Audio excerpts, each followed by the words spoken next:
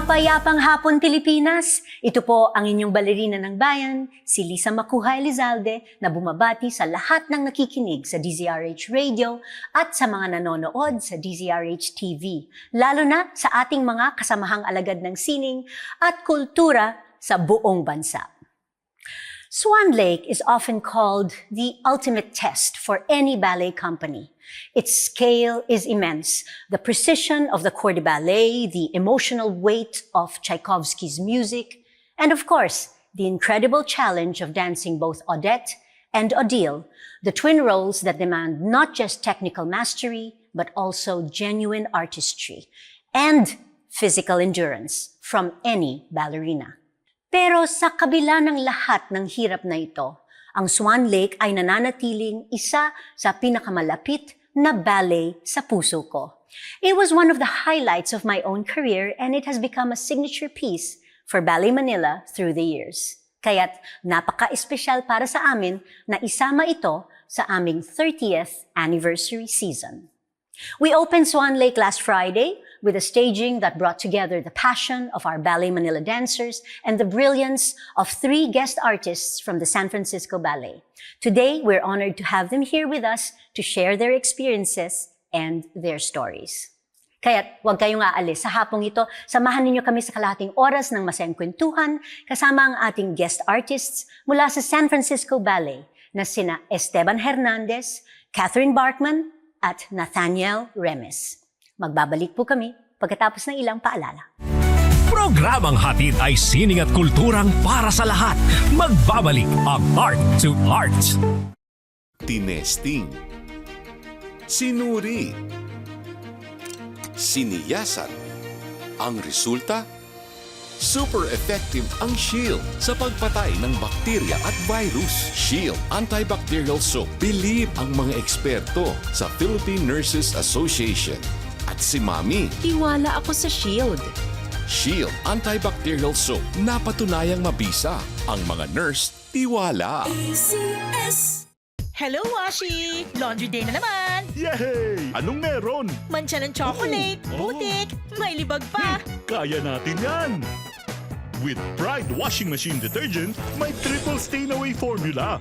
Tanggal ang makapit, madikit, at malupit na dumit mancha. Kaya easy-easy ang labada. Mula noon hanggang ngayon. All you need is pride. All you need is pride. ACS. Usapang sining at kultura para sa lahat. Art to Art.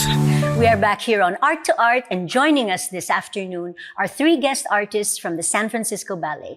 Principal dancer Esteban Hernandez, first soloist Katherine Barkman, and soloist Nathaniel Remez. Good afternoon to you all and welcome. Welcome back, Katherine, to Art to Art. You are already a veteran of Art to Art. 4 times. Yeah, I know. And Esteban, of course, welcome back. You were our guest in Ballet Manila 2 years ago for Don Quixote. Yes. And welcome to Nathaniel Thank you for very the much. first time. Yes. So, so thank you all for being with us this afternoon. I know it's been a very busy weekend. You know, Swan Lake opened last Friday. And we have 2 more performances today at 1 p.m. and at 5 p.m. in Aliao Theater. So let's get the ball rolling. Okay. Katherine, you are no stranger to Ballet Manila. And I can't believe that it's been exactly 10 years 10. since you became a professional dancer in Ballet Manila. You were 18 at that time when you first stepped onto our studios. Yeah, and started my career. Yes, exactly. So I will ask, what are your most vivid memories of the time that you had with us in Ballet Manila? It was a really special time, and I had a really unique start to my career by coming to Ballet Manila. I think a lot of that had to do with the care that Ballet Manila operates with, that you have instilled in the company, that every role that I did was tailored to me and taught to me and ingrained in me and rehearsed. You know, to the first time I did Swan Lake with you, I remember us working after hours, on weekends, on days off, and you spent a lot of time, your time, you know, you spent time with me coaching my port de bras, coaching something that was completely new. And that has really come with me as even after I left Ballet Manila, was that the care that you gave in teaching all of these roles to me. And it was very formative to start that way. And I was really grateful for that. And the camaraderie of the dancers there, it's really special. Also the heat, that stuck with me. That I can't forget. It gave me a lot of stamina. Yeah, that's true. So, that's true. Yeah, Up to now. Up to now. Yeah. I think so. Yeah. Yeah. So that was. And my after memory. how many years in Ballet Manila? 3? 3. 3 years in Ballet Manila. You left for Washington Ballet. Yep. And then how many years in Washington Ballet? 4. 4 years in Washington Ballet. And then San Francisco. Francisco Ballet. So, wow. It's been a journey. Yes. Journey back home, I Yes. guess. Back to the beginning. Uh-huh, Yeah. right. Well, Esteban and Nathaniel, I would like you to also give us a short, background on your ballet, professional ballet careers, as well as when you started, and the companies that you've been performing with. But at the same time, because it's like a common misconception that young boys don't do ballet, I'd like you to talk about that as well.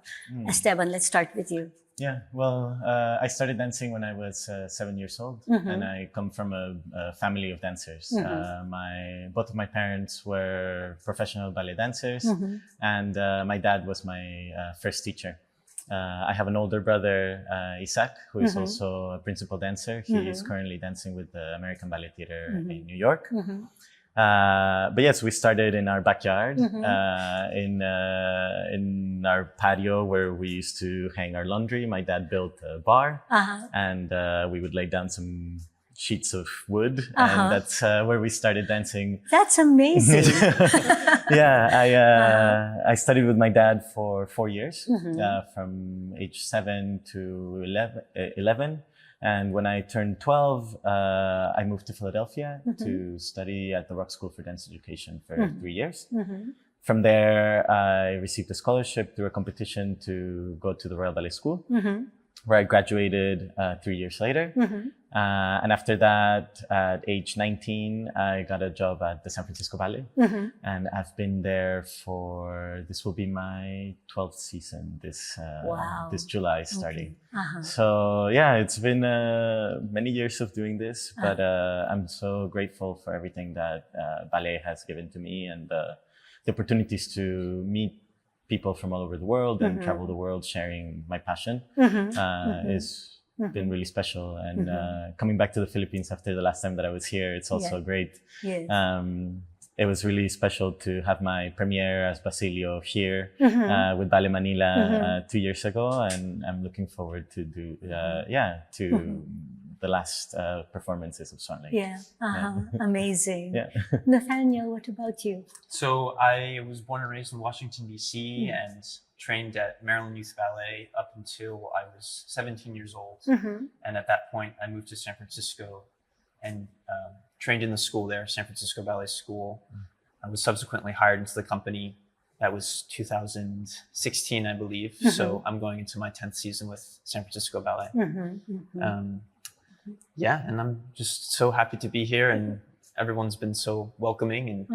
And to the question that you asked about being a young boy in ballet, I think that something that I was very lucky to have was the environment that I was in at the ballet studio was so wonderful, and I had such a great community there, and I had so many very good friends, other boys there, that it didn't matter what anyone else said. Yeah. Okay. And I think that if we're able to build those fantastic communities like you've done with Ballet Manila, everyone's been so welcoming and friendly, and it's such a supportive environment that for me, it doesn't matter what anyone else says or thinks. It's about what I experience, and ballet is my life, and I'm so grateful to be able to be an artist, to dance, and it's such a gift. So it doesn't matter. What would both of you say to the young boys who are listening or watching our program right now, and they're like interested in starting ballet training? What would you say to them?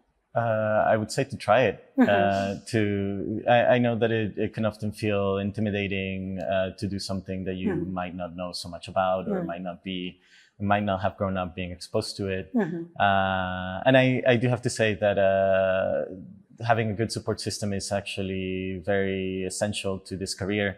I was very lucky that my family and my parents encouraged me to follow my passion. Yes, they did have some knowledge and some background on what ballet was and what it entailed. But at the same time, I think talking to other people, other men that have followed ballet and have made a life out of it, I know that the support from their relatives, from their family, has been essential to their capacity to follow their passion. Well, I think it's not just with boys; it's with girls as well who want to become ballerinas. The support system is really important. Yes. Yeah. I mean, it's such it can be such a vulnerable thing to be on stage, and the more that you're in an environment to uplift you and build that confidence, you have it when you're performing on stage, and then you also have it in life. That's the other thing that's so wonderful about ballet, and something that I would tell someone who's interested to start is just try it because it's fun. Yeah. You'll learn a lot. And even if you don't end up being a professional, you learn so many important things about discipline and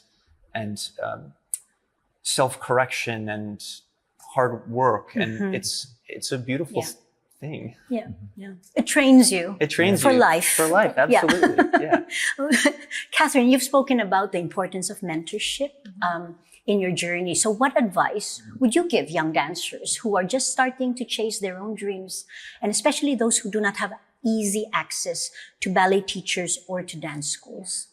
That was something that before I came to Ballet Manila, I actually didn't have a big access to schools near my house. So I was trained privately. I took a really unconventional path. I think my biggest piece of advice would be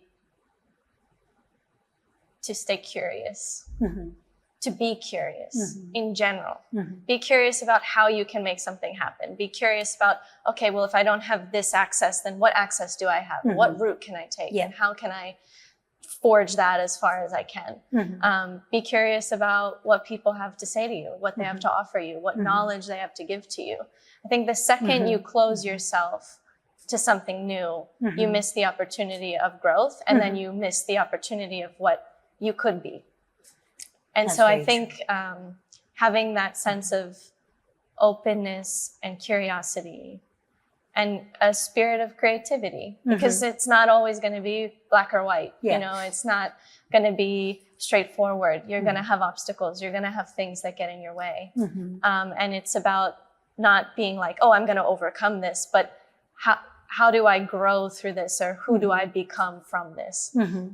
That's more of a creative and uplifting way rather than, think. It can be a really daunting career. It can feel really imperfect and challenging and not always possible. Like I remember there being times when and even now, oh my gosh, even now, like, am I on the right track, or is this possible? Or, am I doing enough? You always kind of feel like you're not quite doing enough. And so I think that spirit of just openness and possibility is really important. That's true.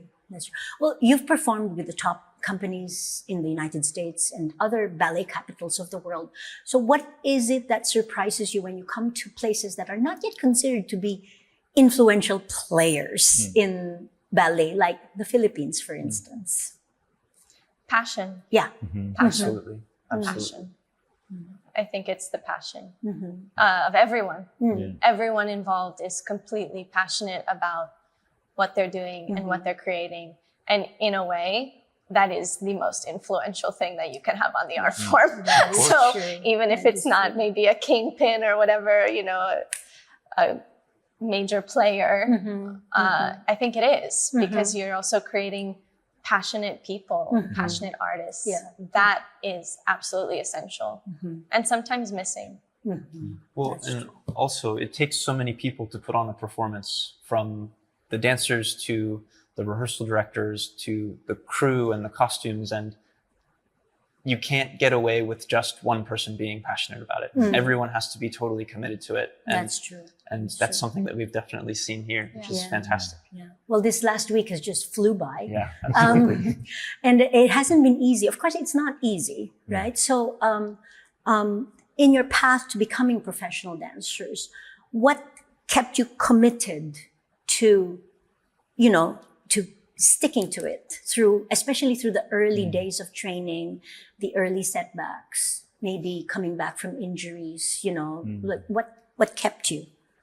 I have to say that the possibilities, the idea of, it's kind of along the lines of what Katherine was saying. It's like when you're a kid, you imagine all of the things that you want to do in your life, in your career, and even though at times you can encounter challenges and run into difficulties or situations that make you feel like none of it would be possible, I think the thought of the what if is essential. I think you have to have that sort of hope that anything is possible within it in order for you to have the motivation to keep going sometimes.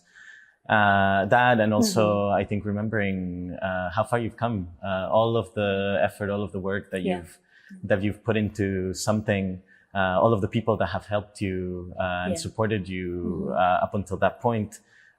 You carry all of that with you, and not as a burden or any kind of not as any kind of burden, but as inspiration to keep going and to continue believing in yourself. Yeah. Now that we have video tapes of performances, and when you were like younger, it's like it's not that difficult to remember how far you've come, especially when you watch all of these old videos of you dancing before. Am I right? Yes. Absolutely. Marami pa po tayong pag-uusapan kasama ang ating mga guest artists mula sa San Francisco Ballet na sina Esteban Hernandez, Katherine Barkman at Nathaniel Remez. Dito pa rin sa Art to Art. Magbabalik po kami pagkatapos ng ilang paalala. Programang hatid ay sining at kulturang para sa lahat. Magbabalik ang Art to Art. Schedule ng mga inaabangang konsyerto. Update sa mga magagandang panoorin sa mga tanghalan at teatro. Narito na ang Art to Art Calendar.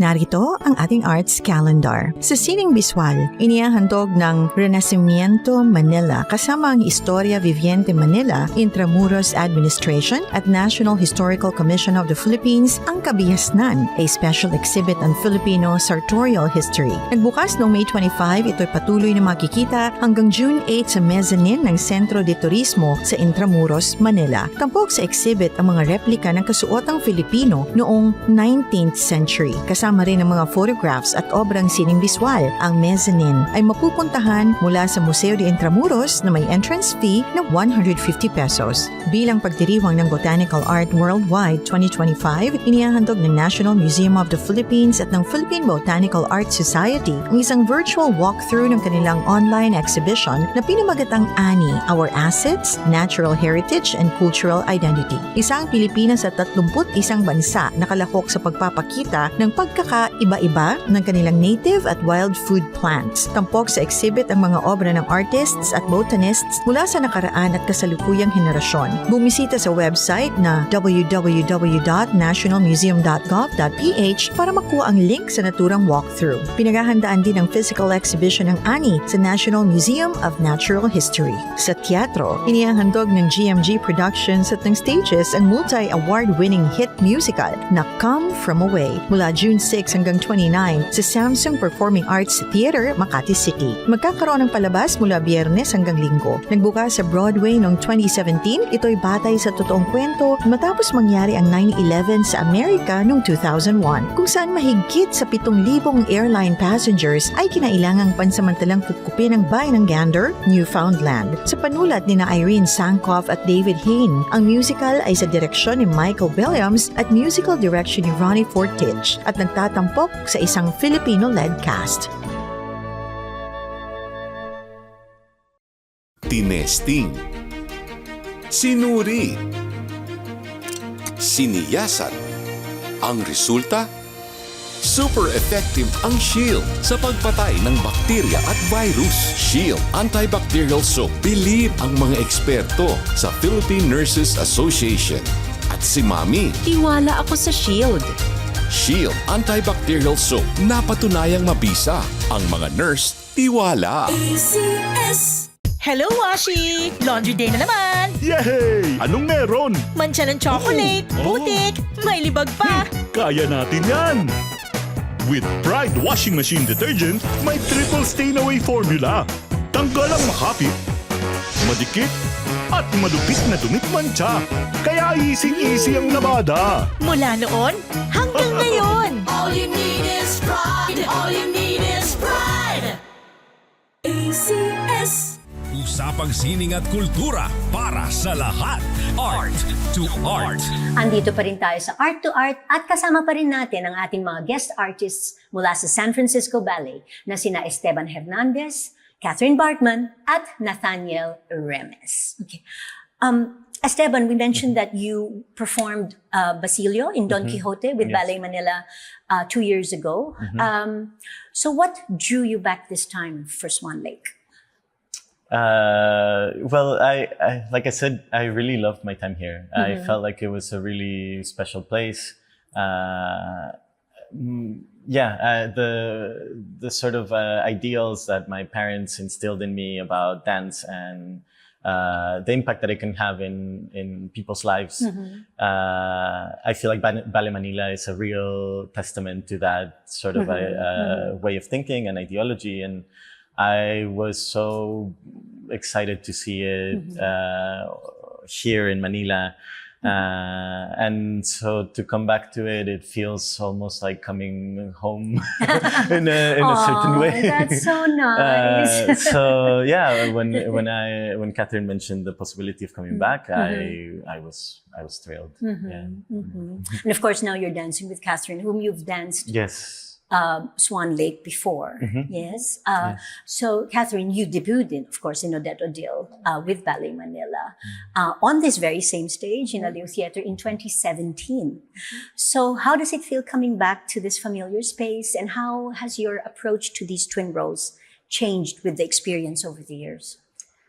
Well, it feels great to come back and dance it again on this stage. At the same time, I think it's also a bit intimidating in a way, because I've changed as an artist and I've changed my interpretation a bit, and it's always like, oh, how is that going to be received or whatnot? I think as an artist, you sometimes question yourself here and there. But ultimately, I feel like it is a testament to how much I've grown, and I feel a lot stronger than I did obviously at 20, which is a good sign. That means I've been working hard. And having had to experience other versions of the production, I think also influences, your approach to how you take on not just the technique, but also the emotional capacity of both Odette and Odile has shifted for me, I think. Yes. And having worked with different coaches as well. Worked with different coaches. Who've also danced the role in the past. And it's like, And ultimately that becomes, you get these bits of information and these like little pearls, these little gems from people who you work with. And then it's your job as an artist to kind of string them together in your own way of like, oh, well, that resonates and something you said resonates, but maybe if I tweaked it a certain way, it would be more authentic. And just, I think finding my own authentic way of doing Swan Lake is going to continue to go on and on and on. Well, it's a continuous learning experience. Nathaniel, you debuted in the role of Prince Siegfried yesterday. What's it like? It's fantastic.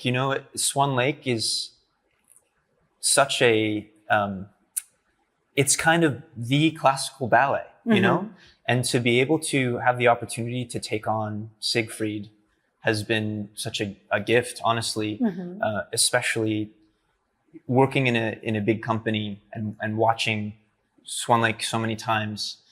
to actually be able to step on stage as Siegfried has been fantastic. Yeah. Yeah. And what was your preparation like the rehearsal process? What was that like? Well, it was a little interesting because I am dancing with Abby, one of Ballet Manila's fantastic dancers. And we arrived only a week ago.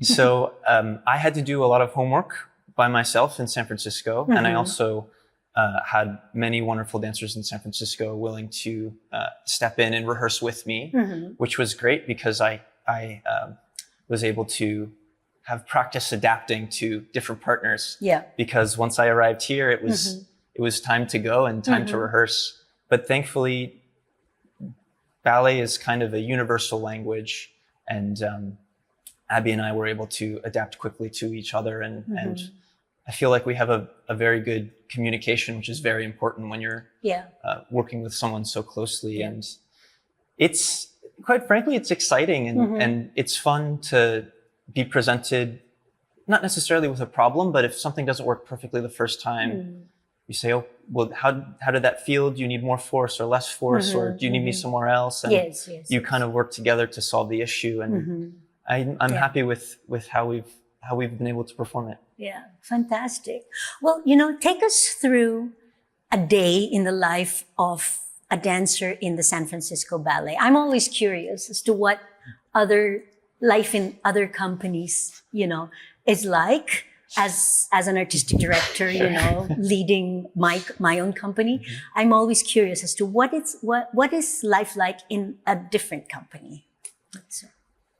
Well, as the newest member of San Francisco Ballet on this couch, I also had to adapt quickly to the San Francisco Ballet schedule, which is unlike any company in the world. So we learn all of our repertoire for the season in the first 6 months that we start working. And you learn all these ballets, and then we basically put them on this mental shelf and you leave them. And the next time you'll touch them is about 2 weeks before they go on stage, 6 months later. So you kind of have this mental hard drive and physical hard drive to retain information and choreography. And we perform consecutively all of our programs from January through May. And we're alternating programs. So a typical day, you go in for class, you'll rehearse for a couple hours in the morning, but it's usually for the next program. The next production. So it might be barefoot, it might be contemporary, it might be extremely classical. And then at night you have whatever program is on. So you'll have about a 2 or 3 hour break, maybe, hopefully. And you'll put your makeup on and eat your dinner. And you'll go on stage for something that, you rehearsed a week ago. So. And it's having that ability to be extremely versatile and quick.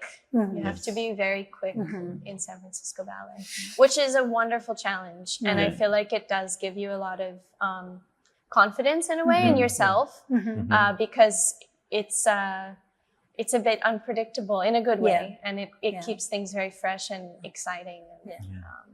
It's actually a very unusual way to run a ballet company. Why is that? Is it because of the schedule of the venue, the Opera House? I see. Those are the months that we have the Opera House. We share the Opera House with the San Francisco Opera. And they get it for 6 months and we get it for 6 months. I see. Okay. And your season starts with Nutcrackers. Yes, the Nutcracker in December. So that's also another interesting way to look, because usually the season ends with Nutcracker, right? Sure.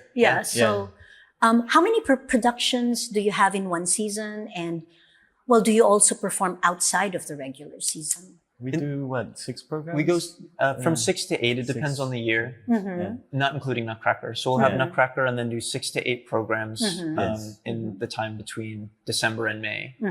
But we usually have 1 or 2 tours a season, either after the performance season in May or in the fall at some point. Yeah, this past year we went to Madrid with Swan Lake actually, and this fall we're going to Southern California with Frankenstein. So yeah, our season is quite varied. We usually have 2 or 3 full-length productions, story ballets, and then the rest is usually mixed programs, usually triple bills, more contemporary, more modern work. Yeah. But yeah, I don't know. There's something about switching on and off from those programs and being on stage so often that, again, it does give you a certain level of confidence, and you feel like you can do anything. I feel like when I first joined, we danced a lot together, and I remember getting ready to go on stage for something, and we maybe had one rehearsal on stage, and I looked at him and I'm like, this is going to be fine, right? Like, I can do this, right? He's like, you're going to be okay.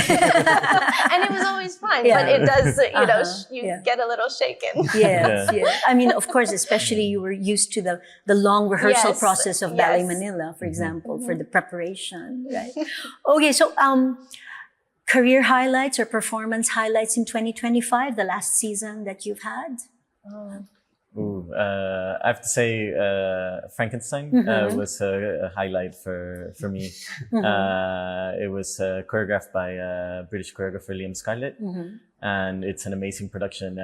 You would not think of ballet when you think of Frankenstein. Yeah, that's true. But I think he did such a wonderful job at telling the story and creating characters and a vocabulary that can be interpreted in so many different ways. I think it's one of those ballets that really gives the dancers full agency in telling the story in their own way. And so, I loved performing that, and I loved seeing all of the different casts and how different the ballet was from one night to another. So I would say, that was a real highlight for me this year. Nathaniel, what about you? I mean, I hate to steal your answer, but we were all 3 of us in 3 separate casts of Frankenstein. We could put together a couple of guys from Victor, Elizabeth, and the creature. So we could have Frankenstein right now. But it's very challenging, both physically and artistically, which makes it such a gift to perform. Because sometimes you do a really hard ballet and you're like, why did I go through all that pain? But by the end, it's such an intense experience, and it's so emotional. I can't describe it. It's like nothing I've ever performed before, and it's probably my favorite thing that I've done on stage. I'm very passionate about narrative work, and as Esteban said, the choreography and the structure of the ballet really allows the artists to have some liberty and to tell the story through their lens a little bit. And being able to perform that this year was a gift. And of course, congratulations on your promotion Thank you to very soloist. much. Thank you. Thank you. Catherine, was it the same with you? It was. I really loved Frankenstein, but I also have another one that I got to dance this season, just to change the story. I had the chance to dance the lead woman in Akram Khan's Dust, and this was unlike anything I had ever done. Ever. Very modern. Extreme barefoot.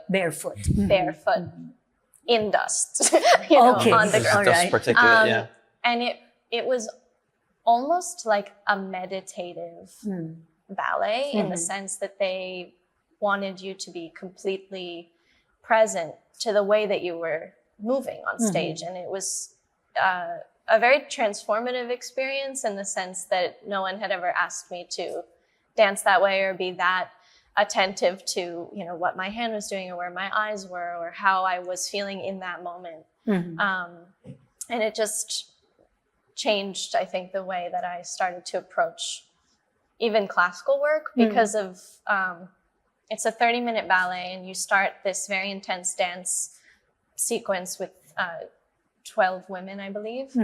And you're on stage for 30 minutes. And you go from this very cardio heavy dance with the women to a very slow, intimate pas de deux with the man. And what it required physically from my own strength, and also like emotionally, it was really transformative. So I enjoyed that. And congratulations on your promotion to first soloist. All right. So outside of the studio and outside of the stage, guys, do you have any passion projects, pursuits, hobbies that keep you balanced and inspired? Well, I mean, I guess it's not entirely out of the studio, but I started choreographing this year. I've always been curious about it, and I had not had the opportunity to really explore it. And this year, I choreographed a piece for the San Francisco Ballet School, and it's been a really wonderful way to sort of work on my creative side and using what I've learned over the years through my dancing career and applying it in a different way, and also working with students and working with other dancers and learning how to communicate ideas and all of that has been a really interesting challenge and honestly very refreshing to do that. Other than that, I love the outdoors and I love being outside in the sun. So any chance I get to be outside, I'm happy to take. Yeah. Fantastic. Maybe one day we can have you choreograph for Ballet Manila. I would love that. I would love that. Possibilities are endless. True? All right, Katherine, what about you, Nathaniel? Well, I love to cook, and I love to eat. It's been fantastic being here in the Philippines, eating all the delicious food. It's very inspiring, and I'm trying new things. And I love to travel as well. So just being in a new place with new experiences and new tastes is wonderful for me. And while he's cooking, I'm a bit of a bookworm. Okay. So I'm either reading or writing, or that's how I kind of relax and unwind, is in a book, something. Okay, yeah. Oh, fantastic. So now that we're on our last leg of performances of Swan Lake, can you tell us what's the first thing you do after a show? I lay down. Well, I mean, it's true, especially after a show like Swan Lake that's so long and so physically demanding. I feel like sometimes after a show, I just need to sit and ask myself, okay, what just happened? Because especially with a story like Swan Lake,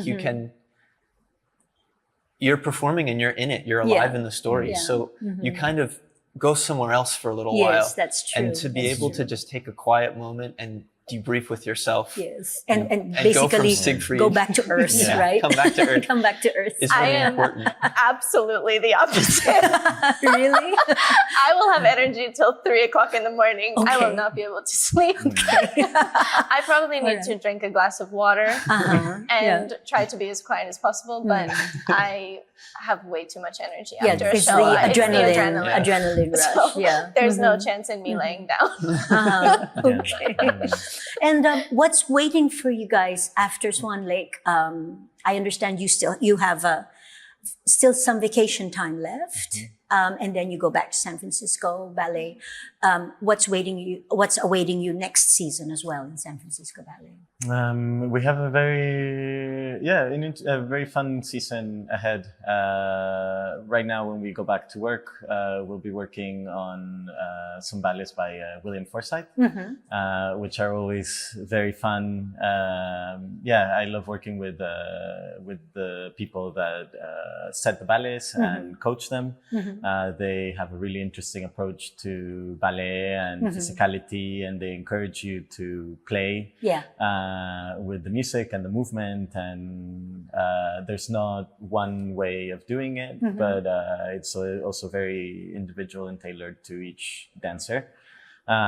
So we start with that, and also with some Balanchine ballets for our season, which I'm looking forward to. I I think it's going to be a good season. I agree. Yeah. I agree. Catherine? Yeah, we'll also have a new Onegin being made by Yuri Posakov, which I'm really looking forward to. Who knows what it will be. And that's the fun of creating something new, is that we all kind of go into it not knowing what's going to come out of it. So I'm really looking forward to that process. And I think before the season starts, we're going to enjoy a little bit more of the Philippines. Yes, Get some that's rest, right. get some sun. Japan. Japan, We all go to Yeah. Japan. So Vacationing in Vacationing, Japan. That's Yes. Why not? Okay. Nathaniel, what are you excited about next season? Like Catherine said, we have a new Onegin choreographed by our resident choreographer at San Francisco Ballet, Yuri Posakov, who is one of my favorite choreographers to work with. I think a big part of the identity of San Francisco Ballet is creating new work. So I've had the privilege of working with Yuri many times. And to work with a choreographer that you're very familiar with in terms of their style and their taste can be an incredible experience, because it feels like you're leaving your mark on the work, because you kind of have an idea of what they will like and what they're going for. So I'm really looking forward to that process. Yeah. Well, thank you very much, Esteban, Catherine, and Nathaniel. First of all, thank you for being our guest this afternoon in Art to Art, and thank you for making Ballet Manila's Swan Lake and Ballet Manila's 30th anniversary season extra special for all of us. Thank you. Thank you. thank you for bringing us here. And we would love to have you back. We will come back. Okay. And of course, enjoy the rest of your stay in the Philippines. Thank you. Perfect. Thank you. Hanggang sa susunod na linggo, samahan ninyo kami ulit dito sa Art to Art, kung saan ang usapang sining at kultura ay para sa lahat. Ito po ang inyong balerina ng bayan, Lisa Macuja Elizalde, nagpupugay sa artistang Pilipino.